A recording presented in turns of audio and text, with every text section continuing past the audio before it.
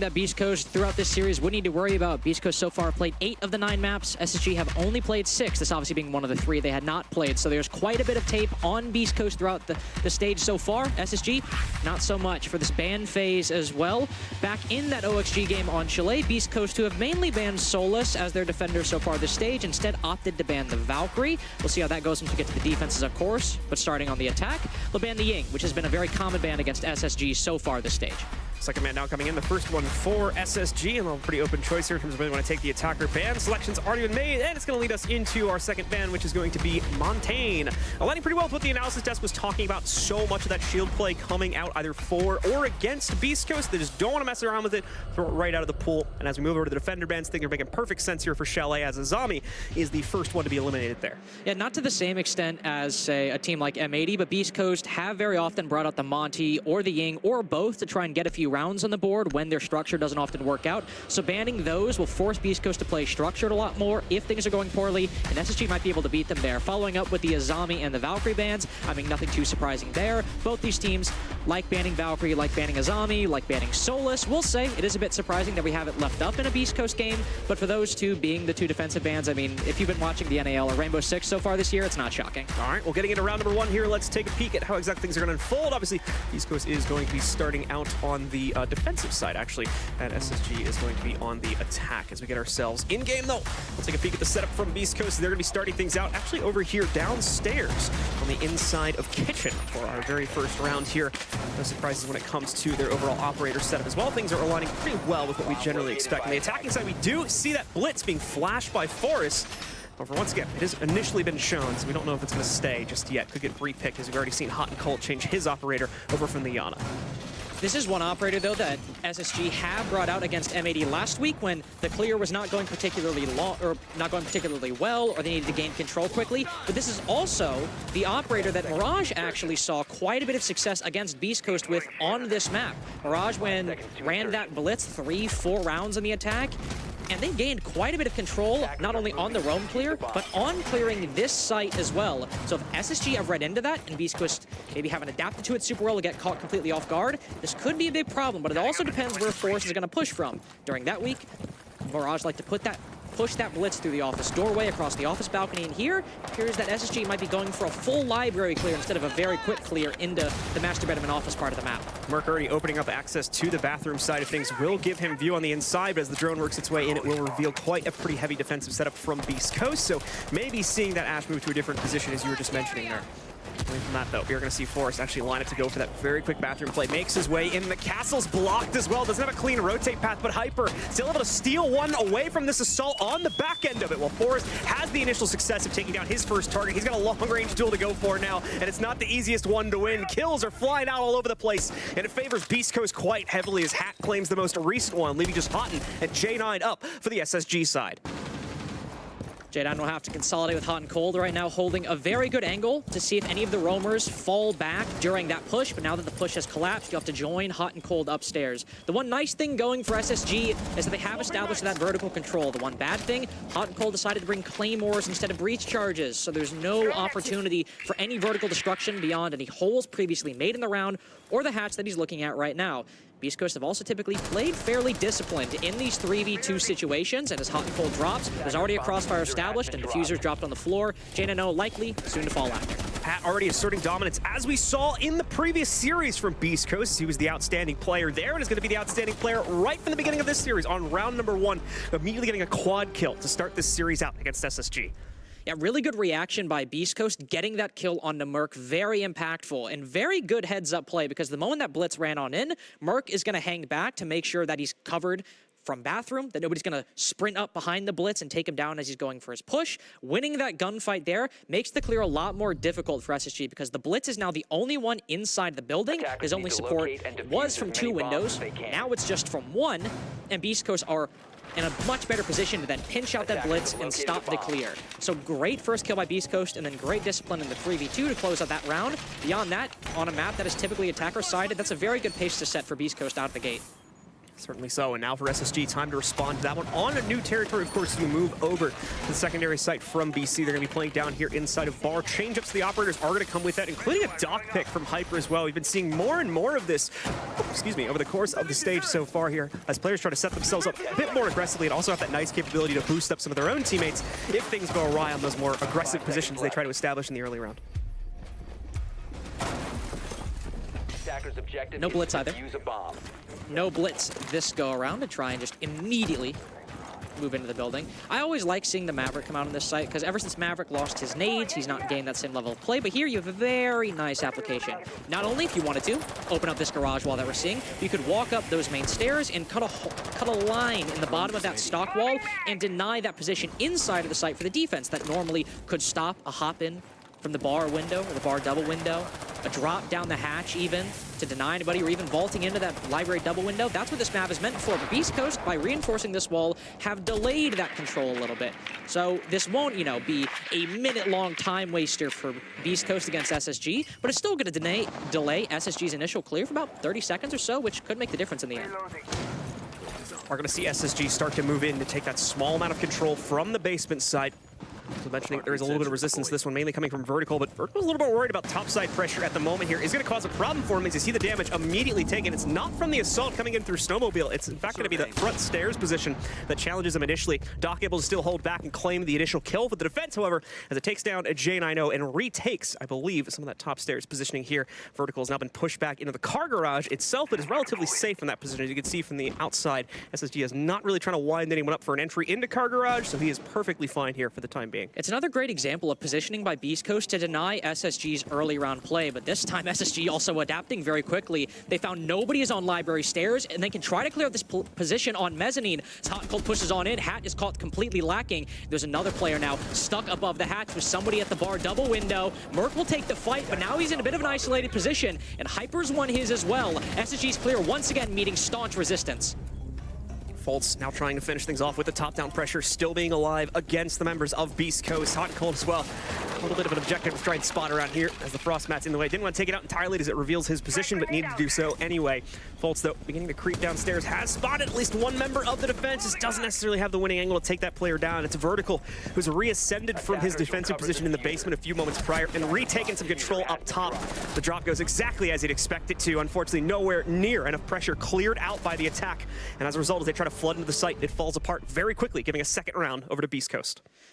Beast Coast, again, just playing off of each other so well and making sure that anybody roaming off site has someone close by, even on an opposite floor, to try and trade them out. Because even though Vertical didn't die, he was pushed into big garage, completely cut off from the rest of the defense. The only way you can make it back is if he somehow ran outside and rotated around the map. But there are still players, Doc, for example, sitting inside of Dining, who, as Janano was pushing down West Main, was able to flank and then kill the Buck. So once SSG then make a good adaptation of their own, Beast Coast have stayed in their positions. There's still players playing in Mezzanine, playing in Library. Beast Coast are not leaving a lot of holes in their setup, and if there are some left, they can be filled very quickly. So back down into the basement. Oh, with that immediate hole in the setup that can be abused, of course. We'll see if the attack's able to utilize it properly to get quick access to the Snowmobile walls and start putting pressure on the site from there. It's only one step of this clear, though. You do need a second, not a tertiary angle or just position to push into, as it'll still be a bit of a rough take going directly from the Snowmobile garage itself. So we'll see how SSG tries to work their way into this one. Should be a quick opening of that primary wall either way, as obviously Fultz is going to be bringing the Thatcher on the repick, so that'll make that job relatively easy. Yeah, even if you don't want to push him this side, opening up the garage wall is something you want to do super early on, because you could just have one guy sit over here for the majority of the round, making sure that nobody is rotating for free through garage, that they at least have to fight for it. Hey, maybe you even get a kill if a defender is being a little too lax with the whole thing. But all else fails, you have a very nice angle, and you can also let the attack focus on opening things up, like the wine wall or the trench wall on the opposite side of the map. We'll see them do that right now. 30 seconds in, already going for the Selmas, but there's a bandit trick on the board, and it only gets one set. Just a Selma was placed on each side, so SSG will get an angle into the site, not only to hold, albeit a small one, but also if they wanted to vault in, go for a trash plant in the late round. If things don't go their way, they at least have an option now to go for a planting garage. We're going to see the Flores drones work their way to the backside. That one's not going to end up taking out the two ADS drones sitting just around the corner from it, unfortunately. So those are still going to stay in play, but the shield has been dealt with. Initial kills have gone 1-to-1, so no one gains a player advantage just yet. And as you can see there, Forrest trying to place down. That breach is not going to initially work. However, thankfully, EMP in the area from Fultz. That should make it follow through. Opens up wide for complete access by SSG. This combined with the smaller Selma angle they have coming into Snowmobile should be enough to pinch out the rest of the pressure on the site. You can see Hat trying to roam around here, looking for any take that may have been claimed by SSG upstairs, but just not going to be able to locate it. That does need to be a little bit more worried about that window to his right side, but I believe he heard the shots coming out a few seconds prior, so he's not going to get tripped up by that too much, just playing onto that main stairs position to try and prevent SSG from taking that control, as that would be it right there. Beast Coast would not realistically be able to hold the site if they lose that as well. Hat also knows that there is somebody on that garage balcony window, so Colby should be able to move around, but the moment J9O drops, down goes Hat, a little too aggressive, a little too liberal with the control he thought he had, but two huge kills go Beast Coast's way. Hyper might be low HP, but if he wins this fight, fortunately he doesn't. It's not going to 1v2. Shots coming in from SSG, and they complete the prophecy, claiming their first round here on round number 3, taking that full control of basement. Unfortunately, just not enough aggression coming out from the defense there to try and stop some of that control. Part of it because of the utility choices that were made by the attack and the lack of a counter from Beast Coast. Other choices because of what they did in the fights themselves. But either way, SSG giving us a nice, clean execution to finally get themselves on the board here in round 3. And SSG employing a similar strategy, ignoring the blitz round in round 1, I will say, but SSG employing a similar strategy to as they did against M80 last week, which is instead of full pushing into the map or trying to brute force control against the defense, they'll sit outside, they'll hold angles and wait for the defense to start rotating. On a map like Bank, that can be difficult to do. On a map like Theme, that can be difficult to do because the latter is a map that allows the defense to be very ratty, to hide, to try new things in every single game. And Bank is a map that has a lot of control and has a lot of avenues if it's early in the round for the defense to rotate back. Chalet's not the same story. There aren't that many pathways, and if you are able to, say, open up a hole in garage wall, open up a hole in wine wall, the site is pretty much locked down completely, and SSG just played off of that perfectly. Follow through from SSG when you take the site in such a clean way, but Beast Coast knew that was a possibility, so I doubt they're going to be too worried about that lost round just yet as they're making the rotation back over to where things got started on round number 1, of course, inside of Library. We do have an interesting repick there coming out from SSG, and the fact they're going to use the Sense for this assault operator. We still don't see all that often, despite them being in the game for almost a year at this point now. So we're going to see what SSG could potentially make of it here on this round. Ascends is in that same category of operators as, say, a Ying or a Monty, but if we're calling the Ying or the Monty like S tier, Sens, unfortunately, they're in the B tier. They'll be brought every now and then. This is actually one of the main sites that just in my head, with no data to back this up, that I feel like I see Sens the most often, and it's to do things like this, to cut the side in half, to give a lot of the focus and attention on the front side, likely with those ROU projectors will be thrown, to allow Merc to fly out that hatchet trophy and then go for some kills.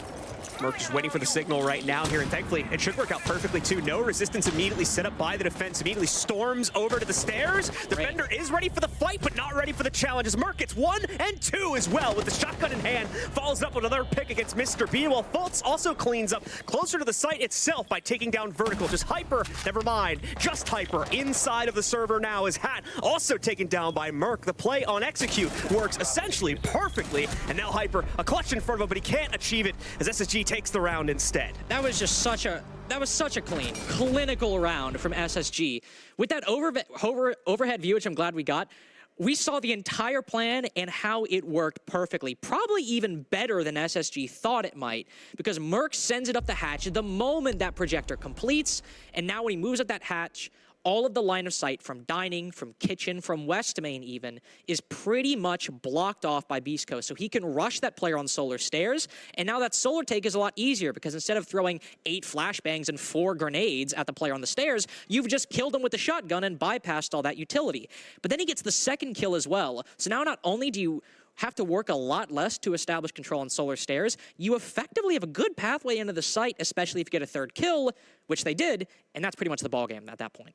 So Beast Coast with 2 very one-sided rounds in the favor of SSG. Pretty straightforward, too, in the way they're able to execute the move. It is great to watch Beast Coast take a very much needed, I think at this point, time out to figure out what exactly has been going wrong and how they are able to stop these sudden plays that are unfortunately tripping up the defense far too much. Not going to be retrying the same site either, despite the relatively one-sided nature of it. And we're going to see them move over to their secondary site on Bar, where once again, they've had success back on round number 2 here. Going to try to repeat it on the second go-around, but so far SSG has been making great work of taking some of their own claims here. Now, of course, tying us up at 2-2 as we move into the second play now of Bar. Of course, Chalet is often the attacker-sided map, but in a game as important as this, and with Beast Coast picking Chalet as the map and likely knowing that they were going to start on the defense as well, you want to make sure you get as many rounds as you can on this side, because this is your map pick, you don't just want to bet on getting some rounds on the attack when you switch. You want to get as many to start out, especially because this is the map that you picked, and you knew in all likelihood you'd get the disadvantaged side. We'll see the Solus from Beast Coast as well, Vertical opting to pick up the Operator, again with no Valk or Azami. One leg of that triangle will be available, and Vertical will pick her up. Interested to see where he plays, maybe over in that dining position, not only to deny some drones, but also to provide an alternative angle for the defense. If SSG decide to pressure Fireplace or Mezzanine from the first floor, if that's the case, not only would he be able to deny some good intel, but would also just have a very nice angle to pinch any of the attackers who would move that way. Breach charge set. So Fultz quickly opening up a pathway to get himself onto the inside of Snowmobile here. Another pinch strategy slowly evolving. Merc as well taking very swift control over here towards Slayer. And with the shotgun still in hand also, we'll see if it finds as strong of a positioning as it was able to in the last round, as obviously he's already used the hop in here. So we'll see if he's potentially going to have anything else to cook up later on in the round, or if he'll be sticking mainly on that secondary weapon there throughout the rest of it to try and take more proficient gunfights at range. I really like this Amaru and what it's doing for SSG so far. And just the control it's established in the first minute, SSG were taking so much time to take control against M80 last week, even on an attacker-sided map like Bank. And here, SSG are not wasting any time. Once they have the cutoff drones and once they know it's clear, Merc immediately sends it in, and in the first minute, he's taken all of Master Bedroom off his control up to Piano, which is most of the control SSG need in the early round, and they also have the pressure to layer into this library position. We do have the dock in the corner, so this Capitao needs to be careful. If those firebolts are not placed in line or placed properly, that dock can heal himself to full HP and may be able to survive, but with an opening kill, it's even more dire for SSG. Hyper gonna try and see if he can heal his way through this molly that goes down onto the ground. Does not end up working out, but the defense still holds strong, mainly because of the prowess from Doc himself here, picking up quite a few kills before finally going down. Hat also dropped, so seeing SSG, mainly Forest here, get back some control of the situation, but still, the play has been made, like I said before, mainly by Doc there. Mr. B helping out a little bit too. Now it's all down to just Forest here inside of the 1v3. Gonna be using one of the Flores drones as well to see what he can potentially suss out down below him. Not gonna reveal all that much. You can see it just ends up going into the corner there. Just wanted to check library, I think, to make sure that no one had came up blue stairs while he wasn't in there. So like I said, just making the best out of a rough situation now. Doesn't really have much of a choice. You can see Diffuser is still outside in the hallway as well. So a lot playing against this last member of SSG right now. Just trying to give himself the best chance possible to clutch this one out. If not, just outright burning down the time at this point so that his IGL can give input. But we're going to see him still try to play this very, very slowly on top downs. More than likely to just make a commitment around like the 20-second mark or something like that. And if it fails, then it fails. They gave it the good old college try. Forrest, unfortunately, can pick up the diffuser. Be very difficult to pick up the round. Knows someone is likely in stock. And there are two people, in fact, in stock. So maybe a lucky pre-fire can nab two and make this a very clean 1v1. But unfortunately, it's seeming a little unlikely. With low intel, low time, and low morale. Forrest will make this ill-fated push on in, and Vertical will take him down. I still like the attack from SSG. It's just unfortunate that Beast Coast are able to win the opening pick, take down Merc as he went to take that 1v1 with a player on Mezzanine, but really Fultz lighting himself on fire with the Capitao bolt, unfortunately, made that pretty much impossible, because he actually did a very good job at setting on fire Hyper's position, because Hyper was able to heal himself up, but he basically made it so if he wanted to escape at all, he would still have to burn a lot of HP or use a lot of his stims. It just so happened that he unfortunately also set himself on fire and ended up ending his own life. It's unfortunate, but if that hadn't happened, maybe it would have been better, but it still was a very good play by Beast Coast just to shut that down immediately. I agree with what you're saying in the mid-round about the Omaru as well and how it's able to take that much control away from the attackers here, so hoping we get to see more of that when it is able to be brought back in. More than likely not for this specific site, though, just because obviously we're back in the basement here, so a bit more limited use to come from that potential setup. Yeah, you're not really gonna, you can't really send it in through the garage wall, unfortunately. We do, despite that, we do see Amaru picked like surprisingly often for like basement attacks on Oregon. Like, well, like I've seen it at least like 3 or 4 times. On Oregon, you can at least acquire some like very quick big tower control. Yeah, here, if the defense is roaming on like the second floor, which for a long time was the strategy, at least well, in the league I cast, which was Challenger League, which, you know, I love Mr. B, but it's not always the pinnacle of gameplay. the main strategy was to like deep roam on basement, send a couple people up on the second floor for the first minute to back down, and Amaru could be very useful there to establish some early control. But Beast Coast so far, there are some players roaming around, but they are all in positions where they can rotate back fairly quickly. So no Maru this time, but the strategy from SSG was also very solid before. The first round they got on the attack as well. I don't see any reason to change it up. I believe we're going to see the follow-through happen for the early round in the same way here, too. Just quick control, at least as much as they can attempt to get. Over here by the snowmobile garage, so expect the same results. Doc will stop. Oh, the second one gets stopped this time as well. A little assist comes in there. I believe that's Hat playing Legion in the corner. He's going to be able to sneak an impact out through the drone hole, and it's just far enough to where it actually successfully stops the second Selma as well. So nicely done there, Hat. Fultz still has 2 EMPs, but they have decided to completely rotate their This one, this one would work for sure too, because yeah. both the impacts got used. I don't think another defender has a second set of those. No, they do not. But so. see, now they're concerned about this wall. Doc unfortunately can't bandit trick it as there's a cutoff being held by Merc. Oh no, he's still going for it. Very impressive play, but Forrest has held it. Nade goes in. He can now open the wall. So good try by Doc, but a smart rotation by SSG will now result in them opening at least one wall. And Forrest, never mind, I was about to say, had an exothermic, but now he's on the floor. Great timing on the aggression there from Hyper. Perfect opportunities. You can see SSG just not expecting anything right there, but SSG responds in kind. A very well-placed nade from Merc gets the trade onto Doc, eliminates the bandit. Should make the process of trying to open up Snowmobile if they still want to do that a bit easier. Unfortunately, they lost Fultz on the clears. They're not going to have the ability to just EMP that out anymore and open things up for J9O. So that has actually probably stopped that from happening in its entirety. But SSG still finding some success here. Merc able to take out Mr. B, but one of the flanks has also been spotted in advance. Hot and cold immediately. Spider senses tingling as that air jab goes off, and he'll have Overwatch on that back stair position, removing some of the prowess, of course, from this attack into wide itself, but it still should be perfectly workable with 2 people. Now we can see the third one trying to work their way in instead from the back end. However, I correct myself. It's really just one trying to make this play forward. Hyper fends off both of the wine players. Hot and cold doesn't make his descent onto the inside, but at the same time, the defense is still more than ready to fend off that challenge, as wine had already been dealt with. So we'll see Beast Coast get revenge for the earlier round on basement and take one for themselves here as we end the half. End the half 4-2, and with 5 of the 6 opening duel victories for Beast Coast. So starting out on what typically is thought of as the weaker side, Beast Coast are going to be very happy on this initial pick of Chalet. Of course, let's see what SSG have planned again. They have not played this map so far in the stage. This is their first time playing it in the start of the Blast North America League. So maybe they have some defenses cooked up that will blow everybody's minds. But I doubt Beast Coast will have the same kind of quick Amaru plays on the attack. They do like their cheese sometimes, even with the Monty and the Ying Ban. We could see a blitz from them, or even something as simple or rudimentary as a Dokkaebi. But I do think that this will likely be a bit more of a standard half between these teams. I don't think we're going to see anything mind-blowing or anything new, like the Amaru we saw from SSG. We did get that Dokkaebi you mentioned. However, it's been repicked back out, just as I mentioned it, as is almost always the case for some reason. We always do it? Why do we do it? I get so excited. It's like there's certain operators I won't talk about. Dokkaebi used to be a safe one, but I don't know anymore. Now Dokkaebi's getting 6-picked or repicked a lot as well. So rest in peace, 6-pick. Yeah, I still instinctively say 6-pick. Technically 6, 7, 8, 9-pick. Yeah. You just gotta remember which number it is. Exactly. Get 11-pick if somebody's really inside. Of course, right now it's a kitchen dining defense to start out. Beast Coast looking like they might go for a solar. Maybe a solar take, perhaps. We've got a flash operator and a nade operator on this side. But of course, nobody actually playing solar stairs at the moment, though that very quickly changes as Fultz has now taken the position. He's got the 2 ADSs. So no Amaru sent in through the trophy hatch here.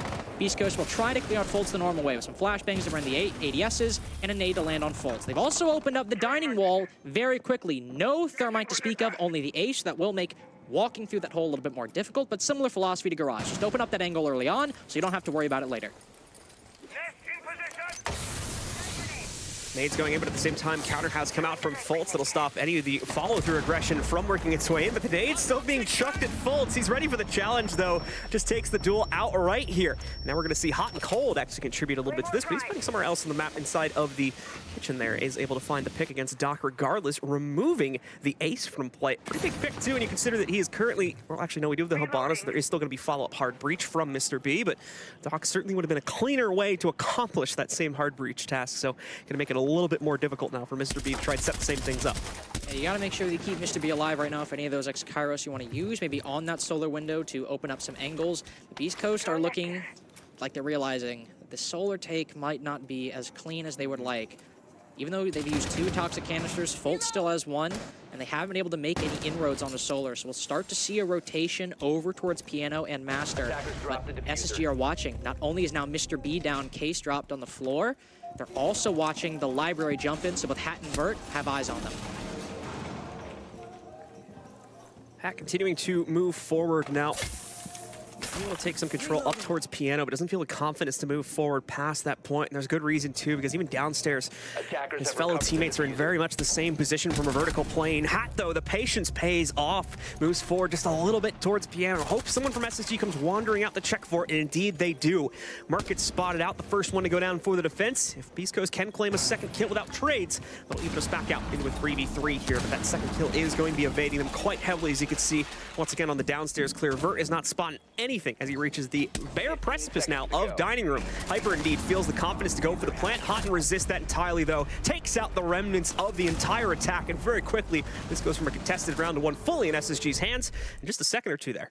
I think Hat might have pushed a little bit too aggressively right there. I understand why. You want to establish that control, and you also, if you get to that hatch and nobody fights you, that's such a good angle if you were able to get in the attack. But that's a big if, because Beast Coast were never able to fully clear top floor control aside from the kill that Hat acquired, and there were still C4s and toxic canisters on the site that could deny the plant, and did end up denying the plant. So maybe Hat could play a little bit more passive there, maybe see if there are some angles through the floor, but it was really a situation that was won by SSG in the earlier round. The fact that they were able to deny any inroads for Beast Coast to gain solar control, the attack had to rotate their entire take, and then SSG didn't play aggressive, didn't give up any free picks, instead taking 3 freebies that were given to them by Beast Coast. Very disciplined by SSG, and a great defense to start things off. And so, round number 2 will take us to a fairly expected site as far as SSG is concerned over here inside of Bar for the second hold. Quite a few repicks coming in there now for Beast Coast, including the Brava, the Capitao as well coming in. So a whole lot of flavor being added to this spicy little sauce that Beast Coast is cooking up. We'll see if it's enough to take control. Attackers are heading out to defuse a bomb. I want to see how they use this Brava. We didn't see it against OXG because, like every other team in the NAL that plays OXG, they banned Brava against OXG. So we didn't see it during that game in particular. Could see it, just hack some default cams, set up some, or take some flank cams away from the defense to use for them, or even hack some utility, maybe a Mozzie Pest, maybe a Magnet. There's not too much, though, on the defense right now that if they wanted to, they could hack a few utility, you know, some prox alarms, even if you really are starting to stretch it. But there's actually not a lot of immediate defender utility targets for that Brava at the moment, and one will unfortunately be shot the moment it enters the fireplace door. The Oryx will then run away, as Beast Coast are setting things up for a library clear, and just like we saw in the dining round, they're not trying to reinvent the wheel. Aside from the Brava, this is a pretty standard way to clear this setup. The second Brava drone had been thrown over the roof side to try and help out with that library clear, but once again, I believe that the assault team is just going to go for it anyway here with not a whole lot to clear out. Merc actually gets downed right before he goes down the hatch, so his downed body does fall through. More than likely he's going to get brought back up, though, as oh, never mind. They are able to sneak a nade down there, finishing him off with that instead. And as you can see, Vertical was looking to line up the angle, so it's going to be a tough one to bring back up. Hot and Cold would have needed to risk his own life to be able to bring Merc back from the grave, and I don't necessarily think he wanted to do that. So Beast Coast get a clean one there. And in just a few moments, they're going to be pushing in for library control here, as there is still a little bit of resistance remaining from SSG upstairs in the connector, and of course, out on the balcony itself. Interesting decision to place Merc in that position and not Fultz the Doc. Normally the setup that we see, especially if it's against a Capitao, is we see the Doc sit in that corner instead of the Mozzie, because he can heal himself up. He can resist the fire. Of course, there's a lot of utility going his way, and if Fultz wants to hold another position, the Doc actually might be very welcome there. But now SSG have lost their only C4. But if they can contest this library control for a little longer, deny the position for Beast Coast, losing Merc might not be that big of a deal, but Vert has taken site control, and that's a bigger problem. Vert just walking right in, but Fultz also resisting a little bit of the play from upstairs as well. He'll be traded back out, though, so Beast Coast very quickly recenter their control across the map. Jane, I know, is all that remains now for the SSG defense, and he's still stuck upstairs. Not going to stay there for very long, though. Beast Coast quickly clear things out and pick up another round for themselves. That's one thing I've really loved about Beast Coast, especially Vertical this stage, has been the ability to identify openings in the site, and even if they don't end up getting a kill, even if Vertical doesn't kill anybody, he realizes there's an opening and he tests the waters and he backs out. One great example is their game against OXG, I believe a week ago. I almost said a couple weeks ago, but a week ago now. Vertical, it was on Villa. He creeped into dining. Saw that nobody was watching, stood there for 5 seconds, nobody bought, didn't get a kill, then he backed out. There are other examples of this, whether it be on Bank or Chalet. Vertical will see an opening in the site, and him in particular, but Hyper and Hat as well, are not afraid at all to try and see if SSG are going to give them anything, and sometimes if they're wrong, you know, might be wrong small, they back out, maybe they die, but in cases like that, they win big, because Beast Coast were starting to stall out a little bit, but then once Vert gets control of the site and kills the stock player, it's so much more easier to flood in, and especially go for a plant inside of bar itself. Once again, few repicks coming out from Beast Coast. Nothing really earth-shattering, though, just changing up the positions of some of these operators and swapping out a few more utility-heavy ones they're not necessarily going to need for this clear, so it ends up with a pretty straightforward composition at the end of the day. Defense as well, except for nothing earth-shattering. Fultz is going to be on that solo, so expect a lot of aggression from him inside of the early round as he tries to scope out some of the early clear pressure from BC. Away from that, though, we are on, once again, an upstairs hold from the SSG hull. Oh, it's SSG defense, that is. Let's see if they're going to be up for the challenge. And you can immediately see that aggression coming out from Fultz here as well, trying to stop some of the pressure coming in from that side hall door by Blue Stairs. Vertical is having to double check things by game, as well as into that side door, just to make sure he doesn't get directly challenged by the Solus still playing around him. Nice shots by SSG. Put the fear of God into Beast Coast in the early round. They'll go with this library clear, though there are some players looking to contest this early. A very aggressive and very forward shield by Merc, but he does have to be careful. If somebody goes to that piano window, that will cut off Merc's rotation back, though they do have head holes to challenge that window. That shield is aggressive for a reason. It's not a passive shield, and it will be destroyed very quickly. Merc not behind it. He'll back off and aid the hold upstairs. It's not a, well, no kitchen dining. They've got master bedroom this time, John. They are playing on this top floor, which I believe is the first time this side has been played so far. It is, match. Yeah. First time we've seen either team go toward, as we did see Beast Coast dodge it entirely in the previous half. Once again, this is for a lot of teams actually the starting point as well. So SSG should have a good amount of proficiency on this one due to the amount of times we've seen either them or their scrim partners forced to play it anyway. So let's see if they're up for the challenge now. As already we've got a couple members of Beast Coast starting to broil their way in past library control, taking top blue for themselves as well, though it's not fully taken by them just yet. Hot and Cold is able to pop out, claim the first kill of the round. We see another one picked up by BC2, in fact, but at the same time, Hyper is going to be downed by a frost mat. Believe Fultz can just run over here. Yep, finish him off real quick, but doesn't realize there was a follow-up from Vertical there, ready to immediately res him. Thought he would have been aware of that, but certainly not the case, apparently, as he tries to dash across back to the relative safety underneath the site instead, but loses his life in the process, still keeping the advantage well under the control of BC now. Yeah, massive confluence of 3 attackers and 3 defenders results in Beast Coast coming away with an advantage. They've also now established Heaven control, and if they can watch Piano, watch the rotate between office and bedroom, and get Mr. B in to get the bomb down, it'll be the bare minimum. They gotta watch for that C4, but they might just have enough to start to put the bomb down. Janino tries to go for a little bit of a face check.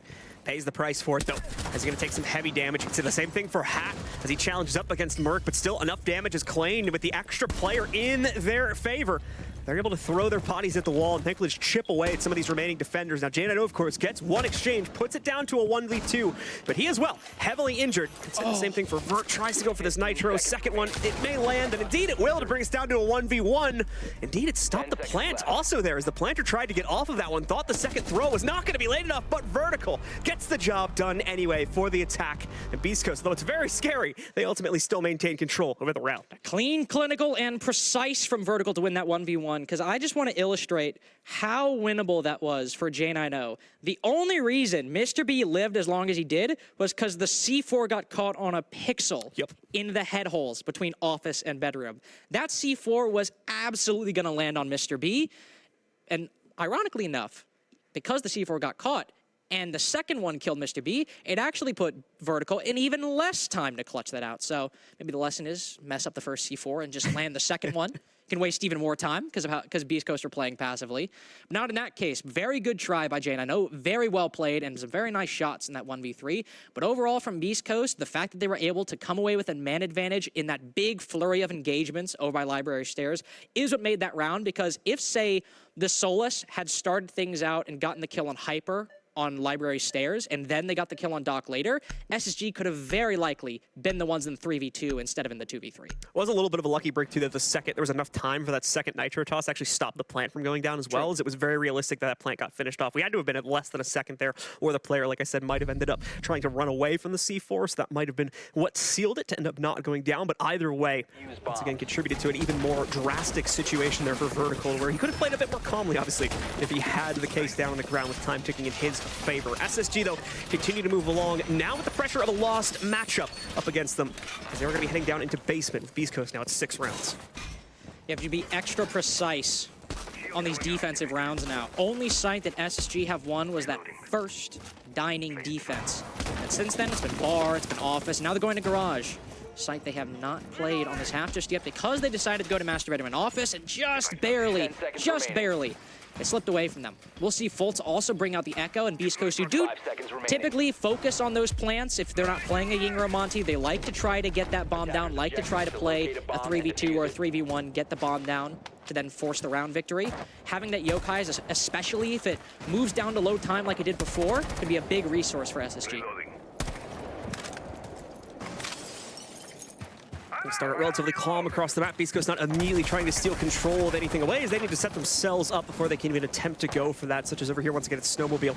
We're already seeing Doc as well as one of the hard breach players try to open things up quite quickly. They do have the Maverick here, so if things go awry through tricks or other means, if you do have Forrest playing a Bandit right now, they can just have Hyper pop up in the walls himself and make very quick work of this. As we're going to see him do, this is beautiful. That's from the Hyper. Big. Just opening up a firing line. Even if Forrest tries to run away the direction he was spraying, he would have gotten caught on the transition back into the closet.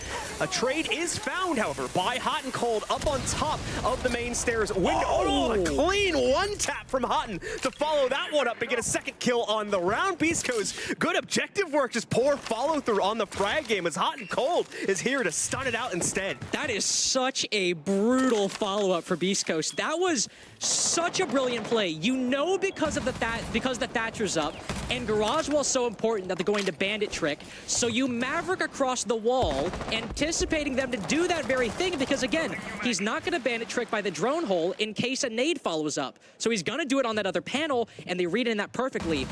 And then they get smoked anyway by Hot and Cold.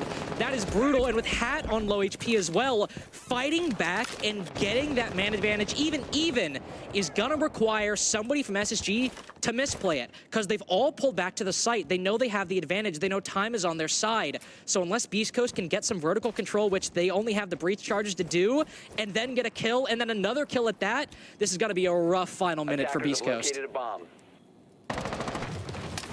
Beast Coast trying to find some way to make up the difference now. As you can see, Hat even moving in here, just chucking the Selmas down on the Hat to try and open up an angle for Vertical to play into. Now that he's cleared out most of the second floor. Another player now lost somewhere across the map here, as Mr. B is going to get found out instead. There goes the only other hard breach available on the team, and as we've just seen our observer point out, Case is now down outside of Snowmobile Garage. Hat's about to be dead, and there he goes. Love that from Fultz.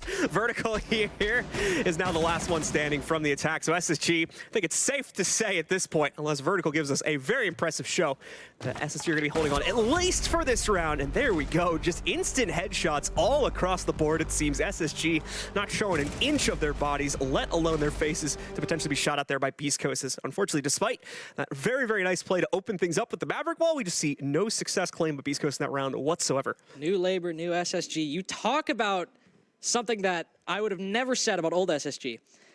In the face of a very smart play and a very smart reaction by Beast Coast, SSG simply just shot them better. You always think of SSG as this team that outthinks their opponents, that outstrats them. They literally won that round. They literally won that round and stopped that clear because they simply just shot them better. It's like 2019 SSG at that point, where they just had like all the gunners on their squad. That's how they won on so many events. Old SSG had the team to do that, don't get me wrong. Like Rampy, he can certainly outshoot people. Bosco has outshot people in a 1vx many times. But SSG were outplayed. They were outplayed strategically, and they just killed their opponents. And sometimes it's as simple as that. Specifically Hotton just ripped the heads off about 3 of them there too. So beautifully played by him, but the rest of the team great on their own follow-up as well to that initial play about the Snowmobile Wall. We'll go back to Kitchen and Dining now, and because they won that garage round, they do now get to go back to the other defensive side they've won so far. That will make things a little difficult, as if they win this one, round 12, well, they'll have to go to Bar, which they lost, to Master Rhythm in Office, which they lost. But winning that round was key, because now, at least in theory, based off precedent, they have a bit of a safe haven at their disposal. In this round, they were able to stall out quite a bit of time early on, and Fultz may be on red in this position. He's got the ERC to cloak himself, shield himself from any drones. Nobody from Beast Coast moving in just yet, but Hat might change that momentarily. So overtime, certainly not impossible here for SSG as they continue to try and bring things back. Hat, of course, looking for his first pick if he can find it. Has not gotten the full vision on the Fultz just yet. Certainly knows that he's in the area from those little lines he's seeing on the bottom of his drone. That indicates that the Vigil is somewhere in range of this drone. You just can't tell exactly where, but it looks like they've been able to figure it out anyway. The swing gonna come through here, as we'll see the Thermite establish positioning just on the other side of this one. But unfortunately, Fultz will, unfortunately for the Beast Coast attack that is, we will be able to see that Vigil just barely escape the angle from vertical here as he sneaks down the hatch and even further past that out towards the main stairs. Yeah, Beast Coast will have their suspicions confirmed, and good foresight, but also Fultz wasted a minute, a Dokkaebi call, and a flashbang, which might not seem like a lot, but still wasted a minute and some utility off of just standing in a corner with the ERC activated. Still certainly impressive for the early round, in which he got away and can still flank later on alongside Forrest, who's gaining a lot of the attention and the focus inside of Bar. Unfortunately, he will end up falling. So very good clear by Beast Coast so far, and that makes Fultz's position a little bit more precarious. He's got people on the other side of the map. He can rotate up West Main and get back to the site. But if he overstays his welcome and Beast Coast get an inclination again, they might go hunting. They might take down a Vigil.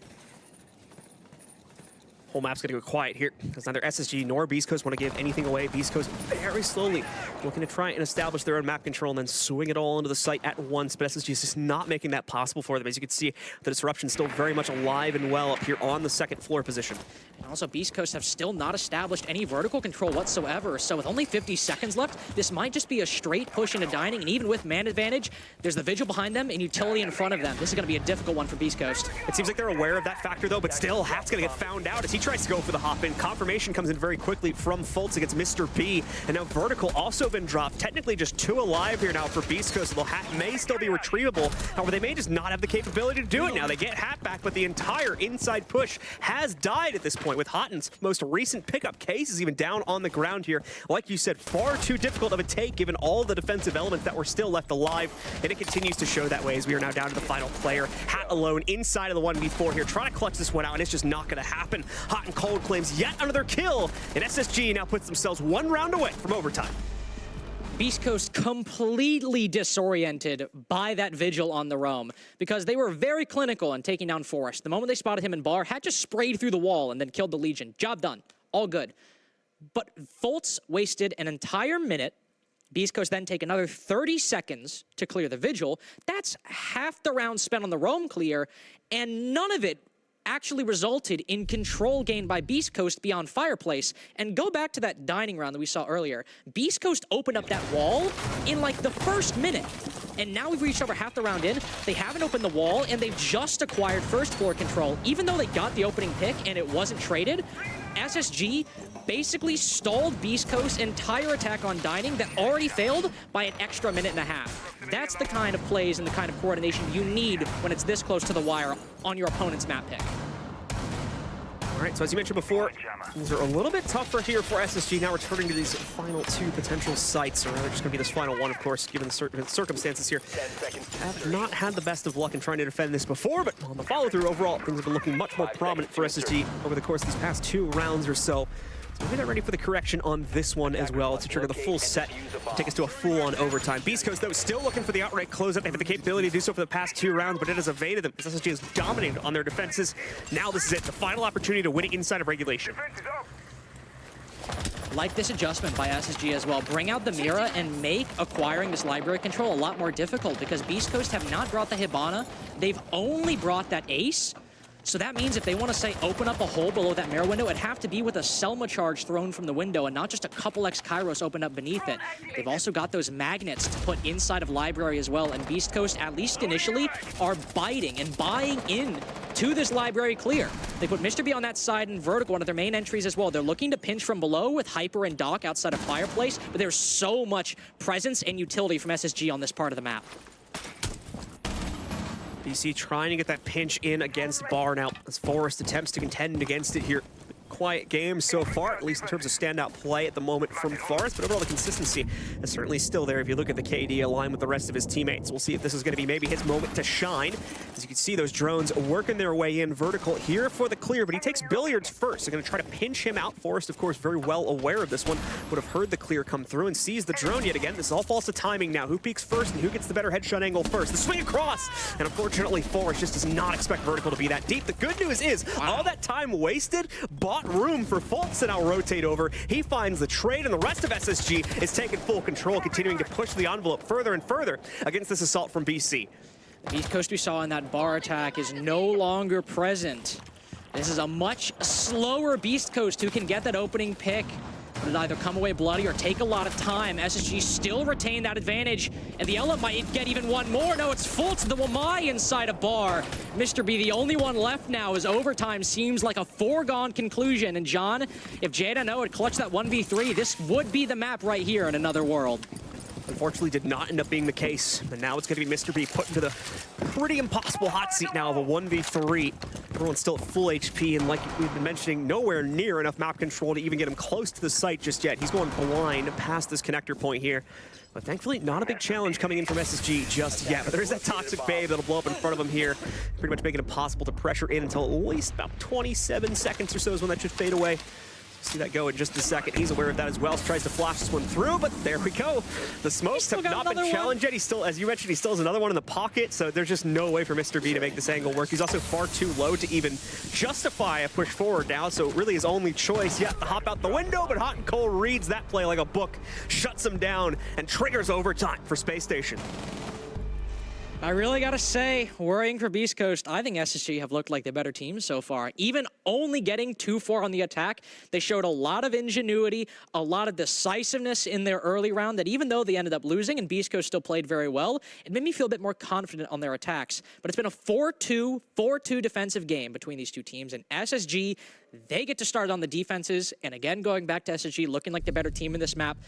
Their defenses, aside from that bar round and maybe that office round as well, they've looked more decisive. Beast Coast have struggled to acquire the control, especially in the most recent attacking rounds. And when we're going to overtime, and it's the more recent rounds that you've looked worse in than the early ones, Beast Coast are in a very rough spot and have to fix a lot of things quickly. And unfortunately for them, SSG will go to Dining, which is the one site that SSG have played more than once and have also won every single time. BC not going to be satisfied with their immediate picks here, so a few of them going to end up getting changed up. 3 out of 5 currently going for a reroll here, as we're going to see the Nomad and Lion most importantly get added into the element for these players. Away from that, though, nothing too surprising. The defense as well. Going to bring the Goyo shields out for a little bit more direct delay potential against Beast Code clear, but aside from that, very much a normal setup from these guys also. A lot of time wasting, a lot of utility, and wasting no time if you're SSG. No, not at all. Such a brutal kill as well. Beast Coast sometimes like to just rely on some very minimal hard breaching. Maybe a Hibana, maybe some can openers to boot. Unfortunately here, that strategy could very well, depending on how the next rounds go, cost them the game, as their one source of hard breaching is killed in the first 6 seconds of the round.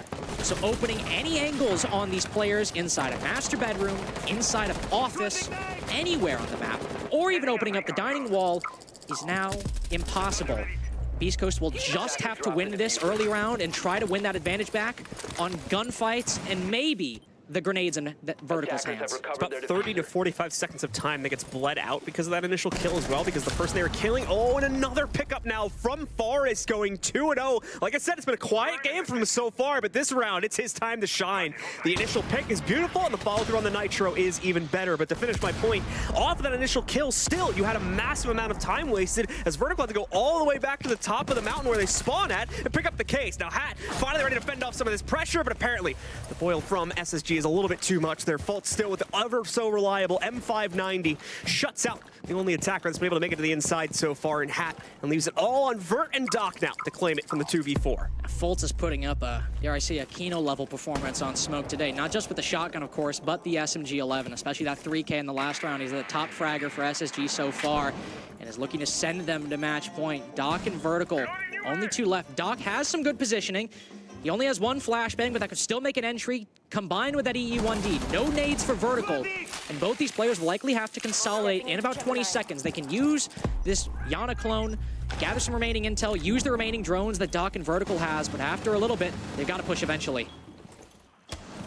Doc ready to move in, but is his teammate in the right position? Seems so, but still the challenge comes through from Forrest to take him down. That's 3 on the round from Forrest. Let's make it 4 as he gets the final player as well. First round of overtime, very much so in the hands of SSG, and now 1 more to go to complete the set on the comeback and take ultimate control over this first map in the series. Beast Coast, if I were to imagine, based on how things have gone, looking to go to Bar this time, as that was the one site that they went to twice and also won twice, and it seems, unless they will change things very quickly in the site selection, that is the site they will go to. I do want to say as well, though, that this was not the flawless defense or the perfect defense, like in some ways, some, not all, but some ways, that SSG's dining defense was.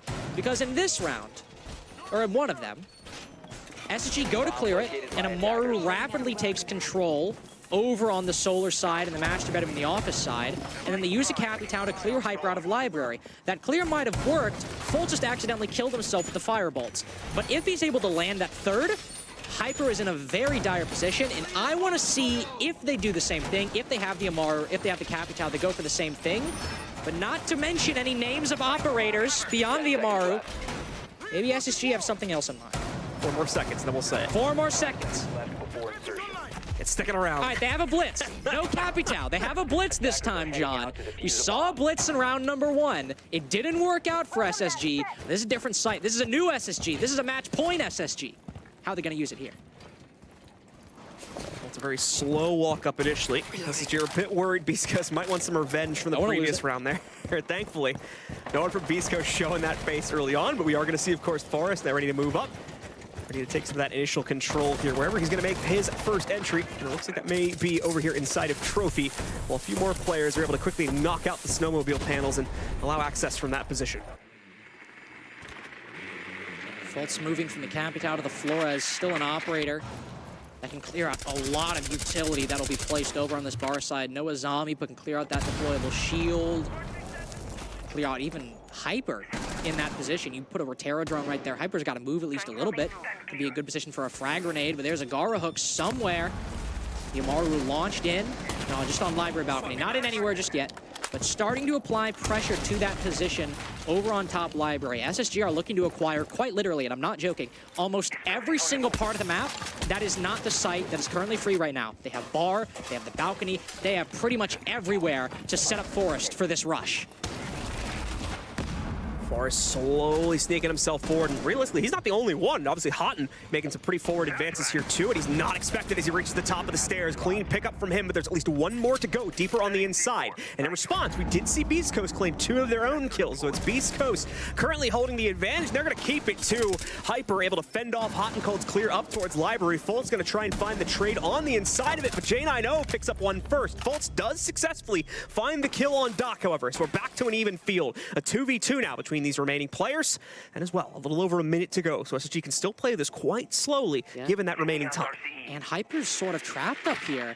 Once they know he's in this corner, no, he'll drop very quickly. Smart play by Hyper. Don't overstay your welcome. Consolidate with Vertical. Play this 2v2, but because of the time, SSG can get this vertical control with the buck. Never mind, J90's down below, but that's okay. He's still holding an angle into the site, so the Flores can work the vert, and J90 can watch either of these players rotate, but now he's the only one left. Fultz gets found out in those top-down angles. Vert heavily injured from an earlier fight inside the round, so it's not impossible for J9O, especially if he can isolate the individual players, but at the same time, nicely played here. The Doc heals him right back up, but J9O now steals the Doc away, takes him down.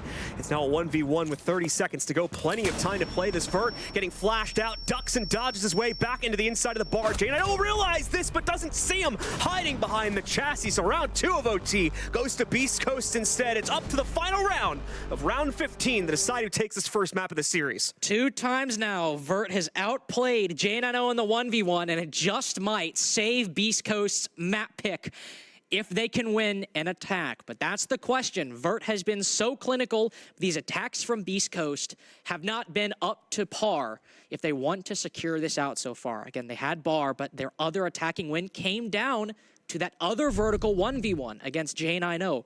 Bar has been the only round that looked the cleanest for Beast Coast, and there's not a large sample size to choose from. SSG will go back to Master Bedroom Office. This is the round that had that initial 1v1, and that SSG won to send into overtime in a round, John, that frankly did not look close. All right, well, let's see here. Who ends up topping it out on the final play? Already at least one repick coming out for the attackers. There's the Bravo just getting swapped in quick and casually by Beast Coast. Away from that, though, no huge surprises on either team. I doubt either of these squads wanting to take a risk given what's at stake on this round, so expect some very straightforward play, at least initially.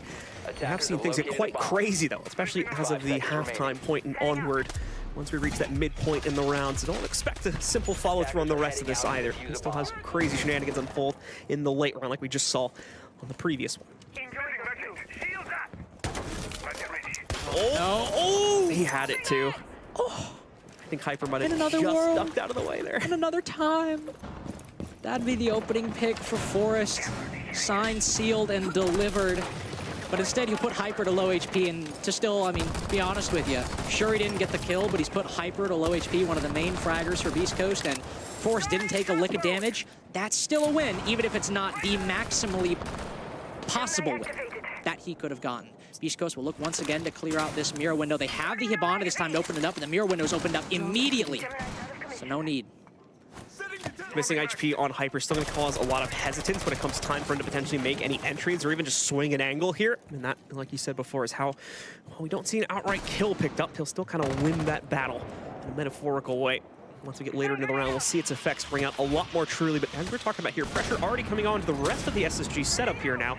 Specifically that mirror window, which is not going to leave the player behind it alive for very well. The nade lands right below the feet of J9O. That means first kill of the round going to get claimed by Beast Coast. This is something that Mr. B as an IGL coordinating with individual players has always done well. Utility clears, whether it's Had or Tristan back in CL or Vertical here. The veteran experience aiding as well. The utility clears, the flashbangs, and the nade combo have always been clean on Mr. B's teams. And now they have that opening pick untraded and library control as well. Over half the round spent, and there is still Forest in the wind. He can rotate back to the site as there's no real Solar Stairs pressure from Beast Coast at the moment. So SSG can play their full remaining man count on the site and use those 2 C4s and those 2 smoke canisters as well. Beast Coast have quite a bit. They still have a nade as well, but they'll likely need a little bit more control and some pressure into Piano to make this a lot cleaner for them and a lot more comfortable. Pressure starting to boil out closer to the site, but that is going to ignite a little bit.